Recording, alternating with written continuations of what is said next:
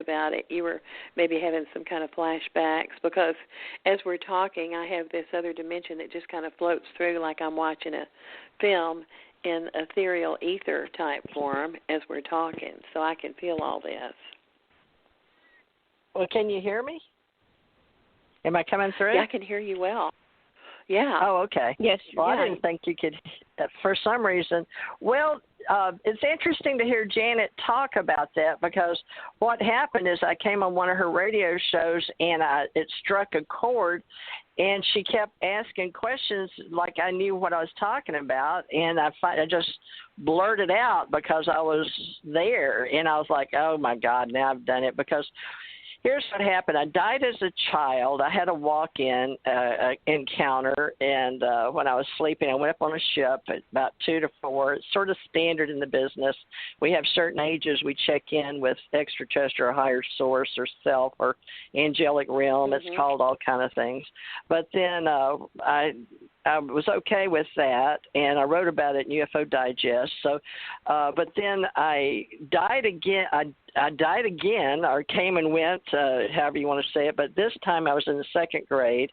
This is how I put the story together. These are the bumps in the road. But I died again with hepatitis. So I was in St. Francis Hospital, and I saw angels in the top of the corner. So in my little mind, I was trying to compare being in a big cloud with people, and they were said, when I was younger, that I had to go back down to the, I woke up in a field that time.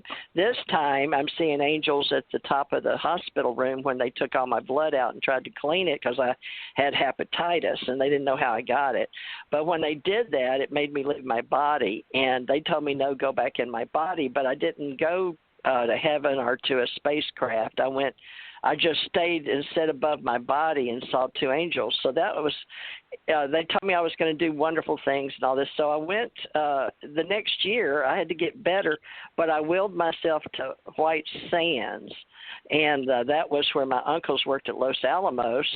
And one uncle took my grandmother and me. And it was very interesting. I got to go into Carlsbad Caverns underground. And then over there, I did get to see my family again, because they put we were in the White Sand Dunes, and they put my cousin to sleep, a little 10-year-old boy and a 13-year-old girl. And they were the ones that told me, look, a flying saucer, as it came over, and it went down in a little gully between the White Sand Dunes. And they went to sleep, and I got to go down. So that was that was the first time I'd been on the second time I'd been on a spacecraft, or what someone might call another dimension, or how they can come and go.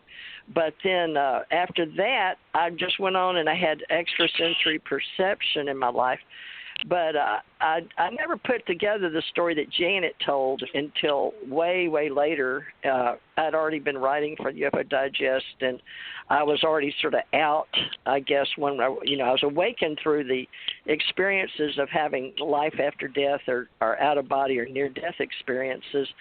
But when I died again, I guess you'd say the third time, or bump in the road, was I had my 4th child, the one that just passed, and she came in knowing she was extraterrestrial, and I think we talked about that on the first part of this session, that was great. Oral book. Mm-hmm.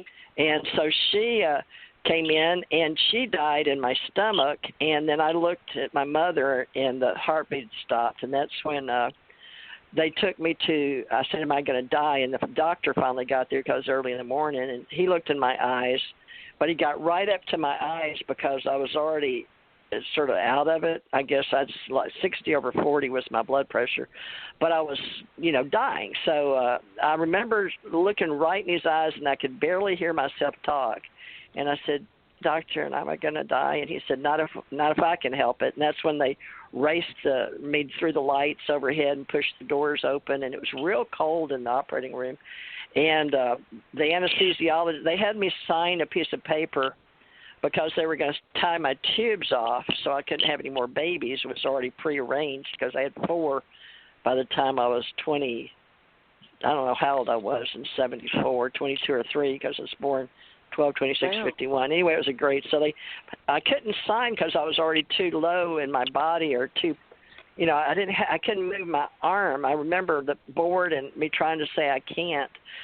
but they pushed me on the over on the where they put your feet up in the stirrups, and he was telling them to hurry up and give me the so he could, cut the baby out because the baby had already flatlined, and then I was right behind him. And he said, I can't. She is 60 over 40 and dropping. She's not going to make it. So, I was pretty much gone. So he cut my stomach open without anything and pulled the baby out, which she was blue and had the cord around her neck. And I went up overhead, but I remember a nurse screaming. I think because she knew I wasn't dead yet, and he just cut me open right in front of her and pulled the baby out real quick because they were, the baby was already dead in the room where we were waiting to go into the operating room, wherever they do that with nurses. So they didn't do any anesthesia? Oh, no, nothing. No, they just ripped me open and took the baby, but I was already out of my, on top of my body watching it. I'd already come out the top head chakra. So I was already watching from over my head, but I could still hear and see.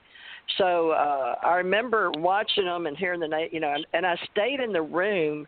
I didn't know I was dead, but I stayed in the room watching, sort of like ghosts. You come out, but you're still involved in what's going on. So, but I was watching them clean the baby up, and she wouldn't breathe, and they took that snorkel and patted her. A nurse there was a couple of nurses in there, but they took her over and was trying to get her to breathe. I kept saying, breathe, breathe. I remember saying that, or in my head with ESP, because I don't believe your mind and your brain is your essence or your soul. So, but I was talking, and I was saying, breathe, breathe, and then they finally got her to cry, and I stayed long enough for them to put the her ink pad on a piece of paper. And because I saw him prick and take blood out of her heel, and I saw him ink pad on a piece of paper her foot. I guess that's for the little hospital thing. But they went ahead and cleaned her up, and then the nurse looked at the clock. And when she looked at that clock, I zoomed off. So I went zooming like on a white escalator. Zoom, I went up and left this area, and no ship picked me up, but I went through several layers or the stars and through the galaxy and on up and through the universe. And I say several universes because I was able to go up and go through, I would say about five levels, but I don't know for sure. I was you just travel. But that's when I talked to people, and I heard voices, and it wasn't on the hospital room. It was voices where I was going, but I had just about reached my destination when I could hear them. So I said, wait, I want to go back. And all of a sudden, it was like this escalator stopped, or whatever capsule or whatever I was in as a essence. And the escalator slowed down. I call it escalator because of the way it was going. It wasn't, of course, through the universe. It was some kind of, however we travel, light years or light speed. But it was two people talking. I would think it was a man and a woman, or my guides, or God. I don't know, because I didn't go over where you see the pearly gates or the beautiful land, or I just was in limbo right before the next level.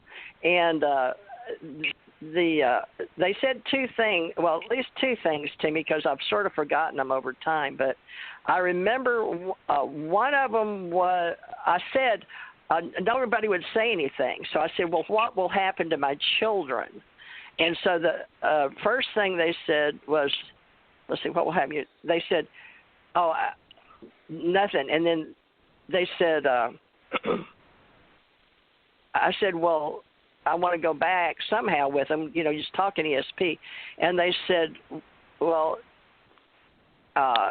all children would be your children. And they said, you'll experience more pain than you've ever experienced before, but it's talking with your mind. And I said, I could see this opening portal of gold and hear people, but I didn't quite get there. So it seemed like forever, but it was just a few seconds.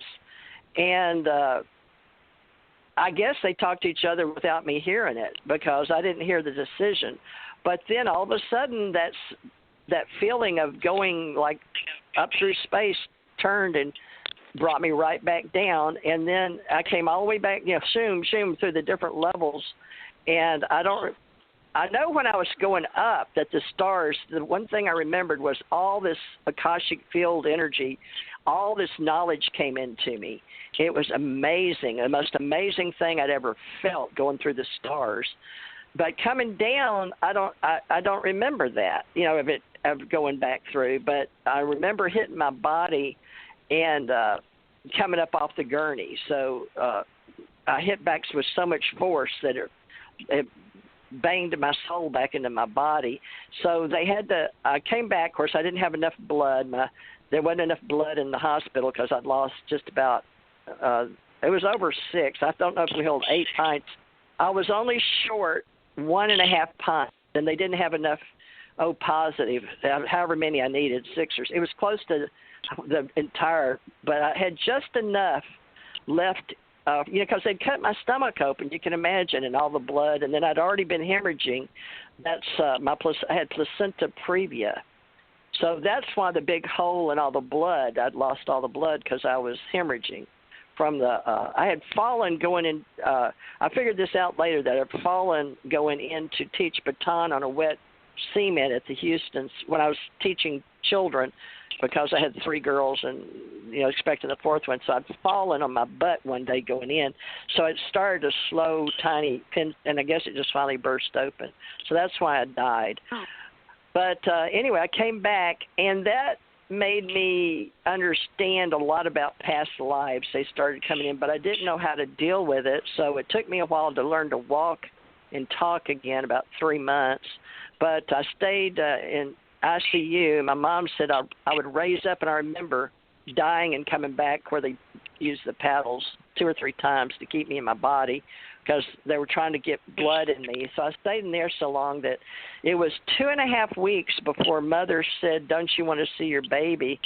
But my stepfather came to ICU, and they couldn't get me to talk or to do anything because I was so gone from no blood.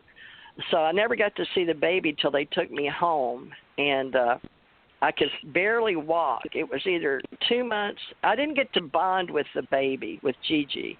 So she was born with a tail. I remember they clipped her tail off, and that's sort of why they clipped her tail off. But when she died, she talked to me about it and figured that was part of their alien DNA, because that was the part they couldn't get out of her tailbone, or where they'd clipped was the part in the alien DNA at Moffitt Cancer Hospital. They'd cleaned her blood up, at this 40s, just recently in 2018 when she was rebirthed in May of 2017. So how do they do that? They take all your blood. Do that? Because some other people, I think I told y'all about Terry Ling being interviewed on George Nuri with Cheryl Jones about that. I haven't taken the time to listen to it, but they had said it had been the first scientific break of finding the DNA for the ET. Oh, okay. I don't know what the topic was. Well, they read it. They read. Yeah, go ahead. They read it. They have to look for something. They have to look for something in the blood. Right, it's a whole big process. They're finding the alien DNA. Do you guys know? Well, they study the. No, I'm not a geneticist. Right, but there's some trigger in it. There's some kind of protein in there, I think, that designates some of that stuff. Well, they have T cells. There's markers. They can read every bit of it, of your DNA, of course. You know how that is, and they have like 4 numbers and all that, and the strands. But they can read all that. Won't see. Yeah. Well, she was in a cancer. Try not to. I think some people. You guys are doing a lot of crosstalk, and you try not to crosstalk so much. Yeah. Okay. So I think slow down and breathe. I think some of the doctors that I've talked to in the past call it trash in the blood. And it means they don't know, probably. So it's interesting. I don't know how that they could tell how to tell that. I want to know, though. Well, you